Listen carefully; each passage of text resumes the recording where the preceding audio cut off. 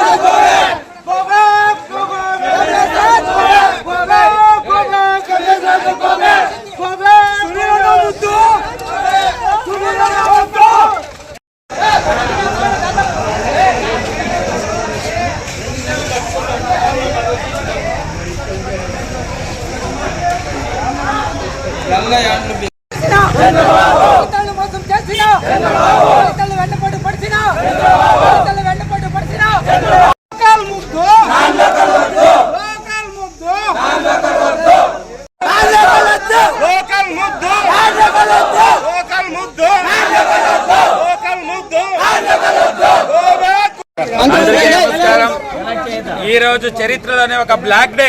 ఎందుకంటే మడకశిర ప్రాంత ప్రజలు అమాయకులు. మడకశిర ప్రాంత ప్రజలు తెలుగుదేశం పార్టీని నమ్ముకొని బతుకుతున్నటువంటి తెలుగుదేశం ప్రజానికానికి ఈ రోజు చంద్రబాబు నాయుడు నమ్మించి గొంతుకొచ్చినాడు. దీనికంటే నువ్వు పిలిపించి ఈరన్నని మడకశిర ప్రజలు పిలిపించి ఇంత విషం బట్టలిచ్చి ఈ రోజు విషం తగినా కూడా మీ నమ్మకంతో తగవడం.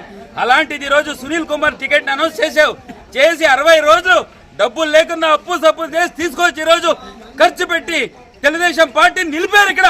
అది కూడా గుర్తు చేసుకోండి. నాన్ లోకల్ ఆ వ్యక్తి గురించి మొత్తం డిస్ట్రిక్టే బయట పెట్టింది ఆ వ్యక్తిని.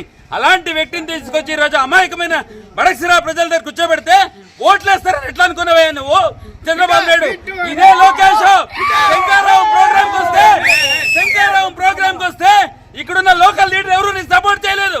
ఆ రోజు చేసింది మేము. ఈ 2 వర్గం చేసాం. ఏం చేసావు? అందరు గుండెల మీద చేసి ప్రమాణం చేయించావు. నీతి లేదా నీకు? గుండెల మీద చేసి ప్రమాణం చేయించి నా తమ్ముడిని గెలిపించమంటే నమ్మినావు. ఈ రోజు నమ్మించి గొంతుకోసావు. పాసార్థికి వార్నింగ్ ఇస్తాను. పాసార్థి టికెట్ వచ్చి 60 రోజులైంది. ఒక్క రోజు కూడా క్యాన్వాస్ కి రాలేదు. ఇప్పుడు ఎట్లా తిరుగుతావు మడకశిరలో? నువ్వు మడకశిరలో అడుగు పెడితే తెలుగుదేశం పార్టీ మా హాస్టల్ తాగొట్టారా? ఈరణను గెలిపించి ఖచ్చితంగా అసెంబ్లీలో అడుగు పెడతాం. ఇదే ఈరణ కోసం నువ్వు ఎత్తుకొని వచ్చే రోజు ఒకటి ఖచ్చితంగా తీసుకొస్తాం. జై తెలుగుదేశం.